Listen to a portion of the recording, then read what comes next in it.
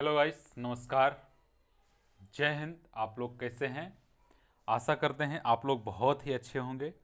तो आइए हम लोग चलते हैं अगली कड़ी की ओर। ये तीसरा वीडियो है, ठीक है। ये तीसरा वीडियो है। टॉप 50 प्रश्न का ये लेक्चर चल रहा है, बहुत ही इम्पोर्टेंट है। इतने सारे क्वेश्चन इसमें हम लाए हैं कि क्या कहें। मतलब ये कर लेते हैं तो इससे बाहर आपका क्वेश्चन नहीं जाएगा, ठीक है। और ऐसा नहीं कि बहुत ज़्यादा क्वेश्चन हम सम्मिलित कर रहे हैं, नहीं। इम्पोर्टेंट जो क्वेश्चन है उसी को हम सम्मिलित कर रहे हैं। बहुत ही इम्पोर्टेंट रह जाता है बात वहाँ पे कि जैसे आप थोड़ा सा ही क्वेश्चन पढ़ें, उसी में से क्वेश्चन आ गया एग्जामिनेशन में, तो कितनी अच्छी बात है। तो उसी टाइप से बहुत अच्छे अच्छे क्वेश्चन हम इसमें सम्मिलित किए हैं। तो आज का लेक्चर का पहला क्वेश्चन आपके सामने ये रहा। सिंधु सभ्यता में किस पशु के पाले जाने का स्पष्ट प्रमाण नहीं मिला है? तो प्रमाण नहीं मिला है दोस्तों। 115 नंबर क्वेश्चन चल रहा है, ठीक है। तो प्रमाण नहीं मिला है तो वो है घोड़ा का। घोड़ा का प्रमाण नहीं मिला है पूरे सिंधु सभ्यता में, ये याद रखिएगा। पाक सैंधव संस्कृति थी। पाक सैंधव संस्कृति थी। तो पाक सैंधव संस्कृति क्या था? नगरीय था, खानाबदोश था, ग्रामीण था, आखेटक था। तो इसका आंसर हो जाएगा दोस्तों ग्रामीण। क्या आंसर हो जाएगा? ग्रामीण था, याद रखिएगा। मोहनजोदड़ो में मिले स्नानागार के बारे में असत्य है। मतलब 4 ऑप्शन मैं पढ़ रहा हूं, उसमें से आपको असत्य चुन लेना है, ठीक है। तो चुन लेना है, मैं पढ़ रहा हूं, आप ध्यान दीजिएगा कि स्नानागार की माप 12 इंटू 7 इंटू 2.5 मीटर है। बिल्कुल था, मीन्स ये सत्य है। स्नानागार में नीचे उतरने के लिए उत्तर तथा दक्षिण दिशा में सीढ़ियों का निर्माण हुआ है। बिल्कुल सही है। सिंधु सभ्यता के लोग स्नानागार का प्रयोग तैराकी के लिए करते थे? नहीं, ये आपका रॉन्ग है, ठीक है। और अगला है, स्नानागार में पानी की आपूर्ति हेतु बगल के एक कमरे में एक कुआं निर्मित मिलता था। ये सही है, ठीक है, कि स्नानागार में पानी की आपूर्ति हेतु बगल के एक कमरे में एक कुआं निर्मित मिला है। ये सही है। अगला क्वेश्चन है, मोहनजोदड़ो की सबसे बड़ी इमारत है। तो मोहनजोदड़ो की सबसे बड़ी इमारत है दोस्तों अन्नागार। याद रखिएगा, अन्नागार, ठीक है। लोथल से प्राप्त शंख एवं उपकरण की पहचान की जाती है। लोथल से प्राप्त शंख एवं उपकरण की पहचान की जाती है। तो इसका आंसर हो जाएगा क्या? कि माप की इकाई के रूप में। बिल्कुल सही है। दिशा मापक यंत्र के रूप में, और भवनों तथा नाली को एक सीध में बांधने वाले यंत्र के रूप में। तो लोथल से प्राप्त शंख एक उपकरण की पहचान की जाती है, उसमें से है माप की इकाई के रूप में, माप की इकाई के रूप में, और दिशा मापक यंत्र के रूप में, और भवनों तथा नालियों को एक सीध में बांधने वाले यंत्र के रूप में, ठीक है। ये याद रखिएगा। निम्नलिखित युग्मों में से कौन सा सही सुमेलित है? सही सुमेलित कौन सा है वो देखना है। तो इसमें से उतना कौन सा बात आ गया जो कि आपको समझ में नहीं आ रहा है। सिर्फ और सिर्फ मैं बोल रहा हूँ और आपको दिमाग में इसको अटैच करना है, क्योंकि आप क्वेश्चन करेंगे तभी तो आपको पता चलेगा कि हाँ एग्जामिनेशन में किस टाइप का क्वेश्चन पूछा जाता है, ठीक है। तो आप डायरेक्ट हम जैसे क्वेश्चन बोल रहे हैं तो आपको गेस करना है कि इसका आंसर यही होगा, ठीक है। तो उसके बाद फिर मैं आंसर बोलता हूं इधर से, तो आप मैच करेंगे।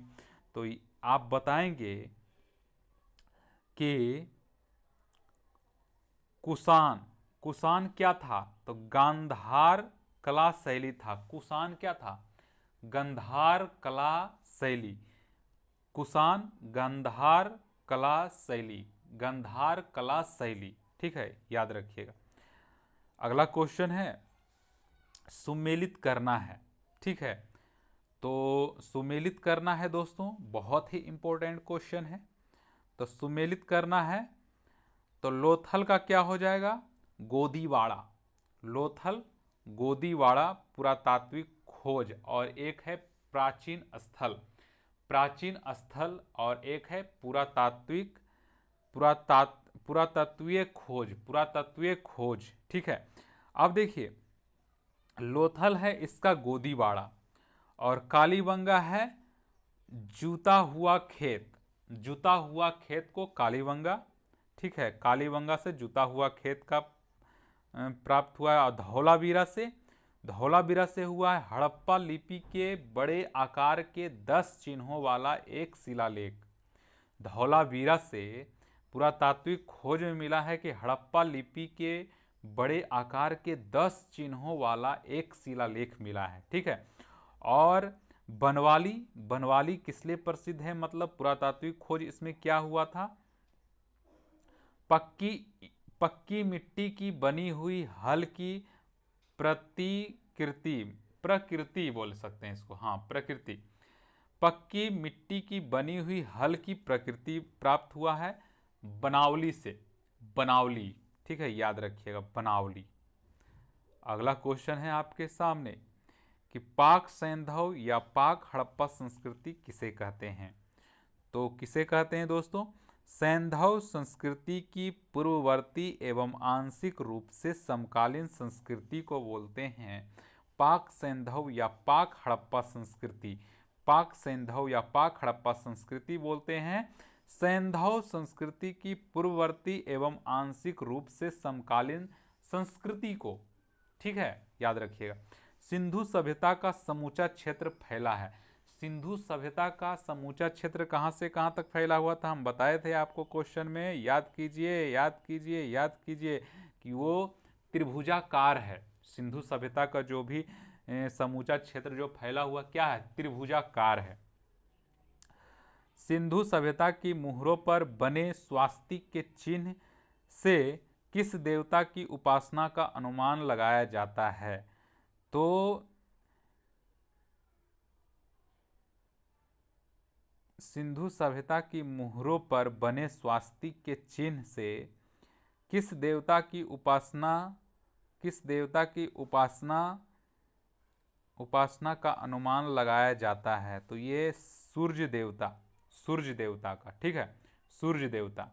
सिंधु सभ्यता में दास प्रथा का अनुमान लगाया जाता है। सिंधु सभ्यता में दास प्रथा का अनुमान लगाया जाता है। तो दास प्रथा श्रमिकों के लिए निर्मित आवास द्वारा, श्रमिकों के लिए निर्मित आवास द्वारा। ठीक है, श्रमिकों के निर्मित आवास द्वारा। जो भी क्वेश्चन टफ रहेगा उसी को हम बोर्ड पर लिखेंगे। ठीक है, अन्यथा लिखने का कोई मतलब नहीं बन जाता है, ऐसे टाइम वेस्ट होगा आपका। ठीक है, ऐसे जल्दी जल्दी क्वेश्चन देख लेंगे तो देखिए वीडियो बनाने का मकसद हमारा ये है कि आपको मैं पीडीएफ दे देता हूँ तो आप पीडीएफ को पढ़ते नहीं हैं, और वीडियो रहेगा तो वीडियो के माध्यम से आप पढ़ सकते हैं कि हाँ क्वेश्चन में क्या क्या है, सर क्या बोल रहे हैं। ठीक है, सिंधु घाटी सभ्यता के लोग, सिंधु घाटी सभ्यता के लोग क्या थे? सुमेरिया के साथ व्यापारिक संबंध रखते थे। सुमेरिया के साथ व्यापारिक संबंध रखते थे सिंधु घाटी सभ्यता के लोग। सिंधु घाटी सभ्यता के लोग सुमेरिया के साथ व्यापारिक संबंध रखते थे। ठीक है, अब देखिए आपको बताना है, एक स्थल है, एक खोजकर्ता है, खोजकर्ता का नाम बताना है। तब मोहनजोदड़ो, मोहनजोदड़ो का खोज किसने किया था? जल्दी से जल्दी बताइए दोस्तों। तो मोहनजोदड़ो का खोज किया था राखलदास बनर्जी, राखलदास बनर्जी, राखलदास बनर्जी।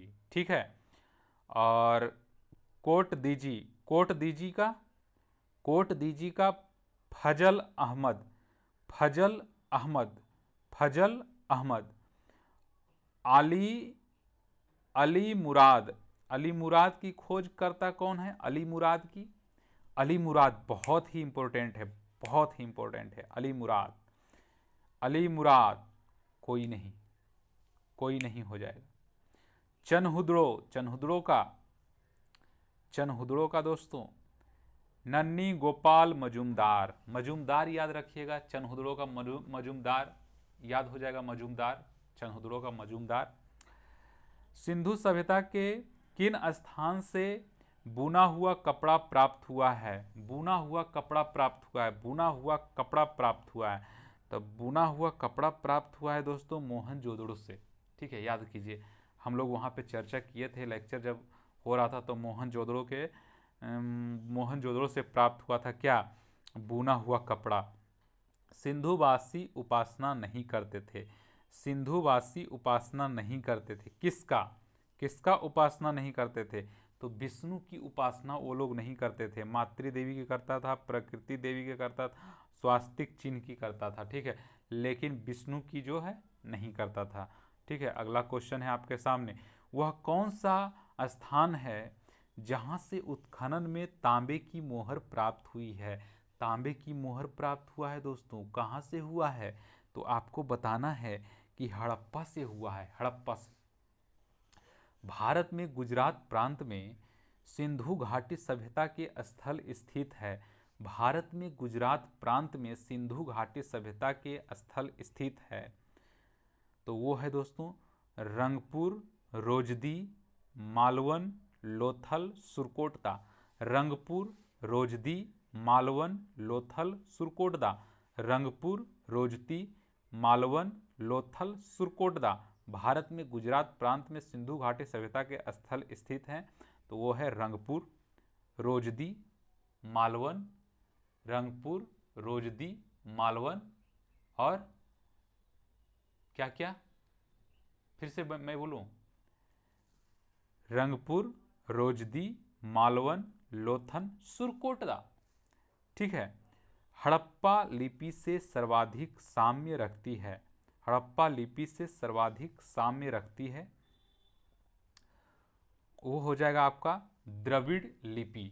द्रविड़ लिपि, लिपि आ गया तो द्रविड़ लिपि याद कीजिएगा। ठीक है, द्रविड़ लिपि। अगला क्वेश्चन है, जौ, तिल व सरसों के सर्वाधिक साक्ष्य प्राप्त हुए हैं। जौ, तिल व सरसों, जौ, तिल व सरसों सर्वाधिक साक्ष्य प्राप्त हुए हैं। वो है आपका बनावली से, बनवाली, बनवाली बोल सकते हैं, मतलब बोलने के लिए ऐसे बनावली होता है। ऑप्शन देखकर आप टिक मार देंगे। ठीक है, जौ, तिल और सरसों, बनावली। भारत की प्रथम पूर्ण विकसित सभ्यता को सिंधु सभ्यता नाम क्यों दिया गया है? सिंधु सभ्यता नाम क्यों दिया गया है? भारत की प्रथम पूर्ण विकसित सभ्यता को सिंधु सभ्यता नाम किस लिए दिया गया है दोस्तों? तो दिया गया है क्योंकि इस सभ्यता की खोज के प्रथम चरण में जो स्थल मिले थे वे सिंधु एवं उसकी सहायक नदियों के तट पर स्थित थे। ठीक है, सिंधु नदी के तट पर ही स्थित था, इतना याद रखिएगा, क्योंकि इस सभ्यता की खोज के प्रथम चरण में जो स्थल मिले थे वे सिंधु एवं उसकी सहायक नदियों के तट पर स्थित है। ठीक है, चलिए, लाल पत्थर और गोमेद के मनके बनाए जाते थे। लाल पत्थर और गोमेद के मनके बनाए जाते थे, गोमेद के मनके बनाए जाते थे। ये है आपका चनहुदड़ो में और लोथल में, चनहुदड़ो में और लोथल में लाल पत्थर और गोमेद के मनके बनाए जाते थे, चनहुदड़ो में, लोथल में, चनहुदड़ो में और लोथल में। वह कौन सा स्थान है जहाँ यज्ञ स्थल प्राप्त हुआ है? यज्ञ स्थल प्राप्त हुआ है दोस्तों, वह कौन सा स्थान है जहाँ यज्ञ स्थल प्राप्त हुआ है? तो यज्ञ स्थल प्राप्त हुआ है दोस्तों कहाँ पे? तो कालीबंगा में। तो कालीबंगा में स्थल प्राप्त हुआ, कालीबंगा में। निम्नलिखित नगरों में से क्षेत्रफल में कौन सबसे अधिक विस्तृत था? कौन सबसे अधिक विस्तृत था दोस्तों? तो ये हो जाएगा आपका हड़प्पा। निम्नलिखित नगरों में से क्षेत्रफल में कौन सबसे अधिक विस्तृत था?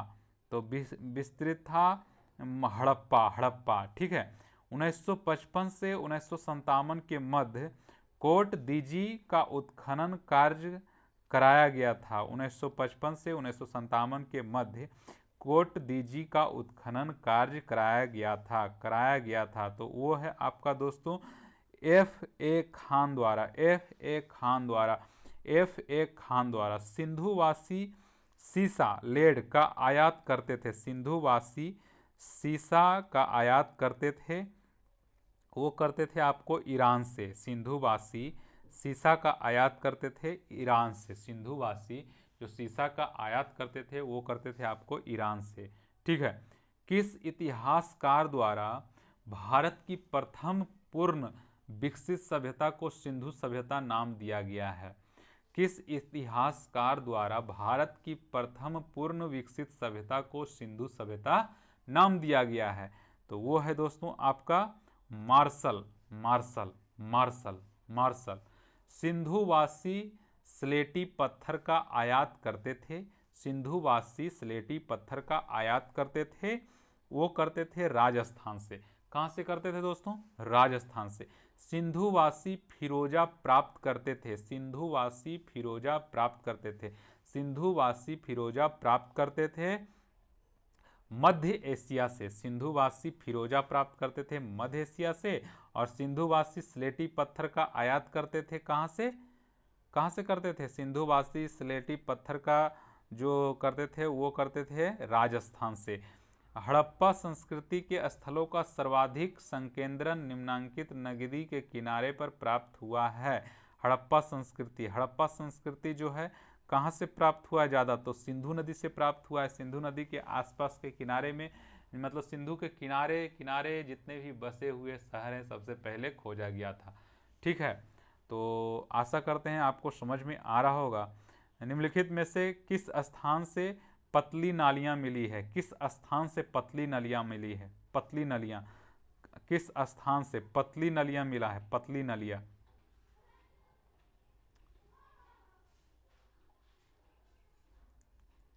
कालीबंगा से।